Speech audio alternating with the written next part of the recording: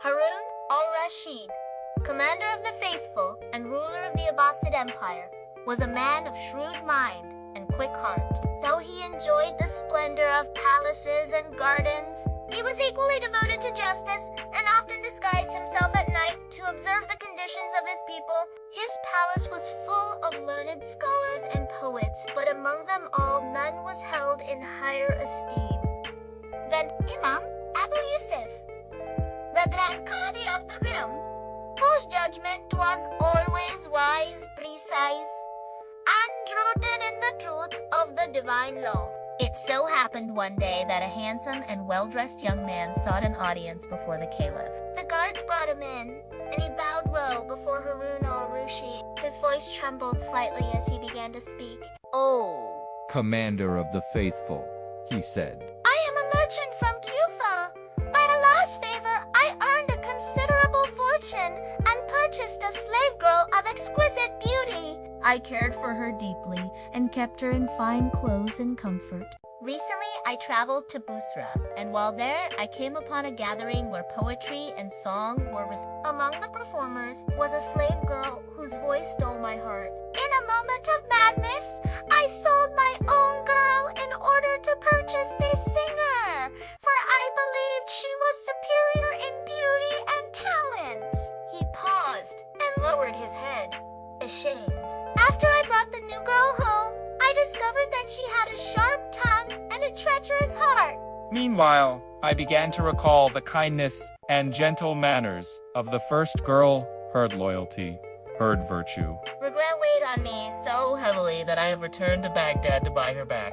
But alas, when I reached the house of her new master, he refused to sell her at any price. He said, "I will not part with her, even for 10,000 dinars." The merchant clasped his hands in distress. "Oh, commander of the faithful, I beg you help me. The slave girl longs to return to me, and I am ready to give twice the amount to buy her back, but her new master will not relent." Harun al-Rashid listened quietly, then ordered the court to summon both the girl and her present master. Shortly thereafter, the master arrived, along with the slave. She was indeed fair and modest of manner.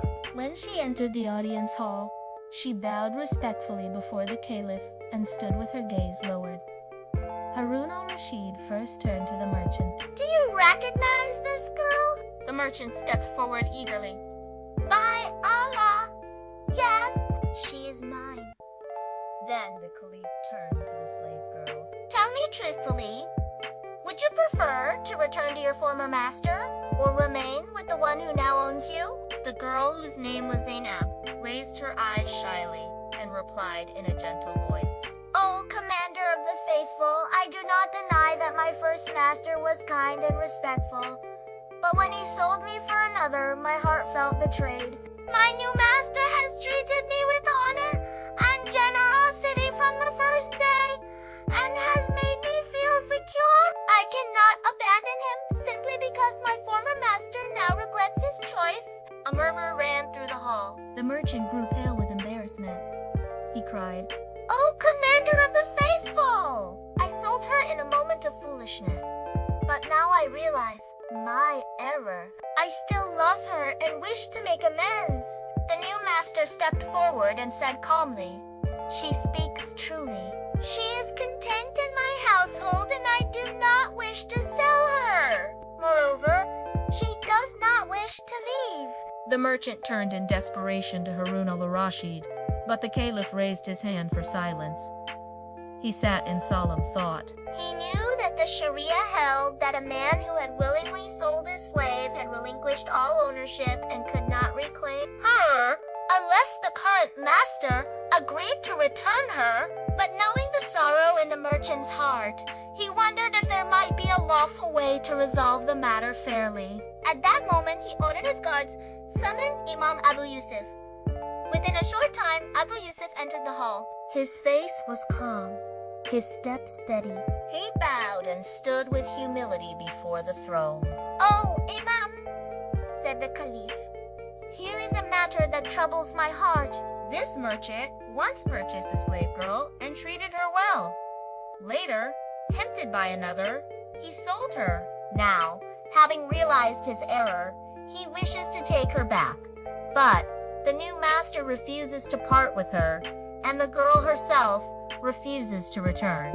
What is the just ruling in this? Abu Yusuf listened attentively and then walked slowly towards Zainab. In a measured and gentle tone, he said, My daughter, do you understand the matter before us clearly? She nodded. Yes. Oh, Imam. He then turned to the merchant. And you admit that you sold her by your own free will? The merchant bowed his head. Yes, I admit it. Abu Yusuf turned again to Zainab. Do you wish to leave your present master? She lowered her eyes and answered, No, O Imam. I am content where I am. The Imam took a breath and spoke to the Caliph. Oh, Commander of the faithful. The ruling of the law is as follows. Once a free man sells a slave girl of his own will and receives the payment, the sale is complete and valid. The former owner has no further right over her, unless the current master of his own free will chooses to return or resell her. And since the girl herself has expressed that she does not wish to return, it is unlawful to compel her to do so. Harun al-Rashid nodded thoughtfully. That is indeed the law. The merchant fell to his knees. Oh, Imam, O Commander of the Faithful, by Allah, I was blinded by desire and I made a terrible mistake. Have mercy. Abu Yusuf approached the merchant and placed a hand on his shoulder. Your sorrow is known to Allah. But understand this, you did not value what you had, so you cast it away. If Allah wills, He may forgive you, but He does not change the heart of another for your sake alone. Beware of selling what is precious in pursuit of what is vain, for regret comes when truthful hearts are lost. The whole court grew silent, struck by the wisdom of those words. Then the new master stepped forward. He bowed toward the caliph and said, O Commander of the Faithful, I bought this girl not just for her beauty and talents, but because she was gentle and sincere. I have treated her well and consider her like a member of my family. However, he added, turning to the merchant, since you truly regret your error and have shown humility before Allah and his caliph, I will grant her return to you if she agrees. He looked at Zainab and said softly, If your heart inclines toward him still, I will free you of your bond and return you willingly. Tears filled the merchant's eyes. Zainab glanced at the man who had once sold her and then at the one who treated her honorably afterwards. Her voice trembled as she said, O my master, you have been just and kind. For that reason alone, my heart chooses to remain with you. The merchant wept openly but bowed in acceptance. Harun al-Rashid rose from his throne. The judgment is complete. Let there be no further plea. Then he turned to the new master. For your nobility and generosity, I grant you 1,000 dinars from the royal treasury.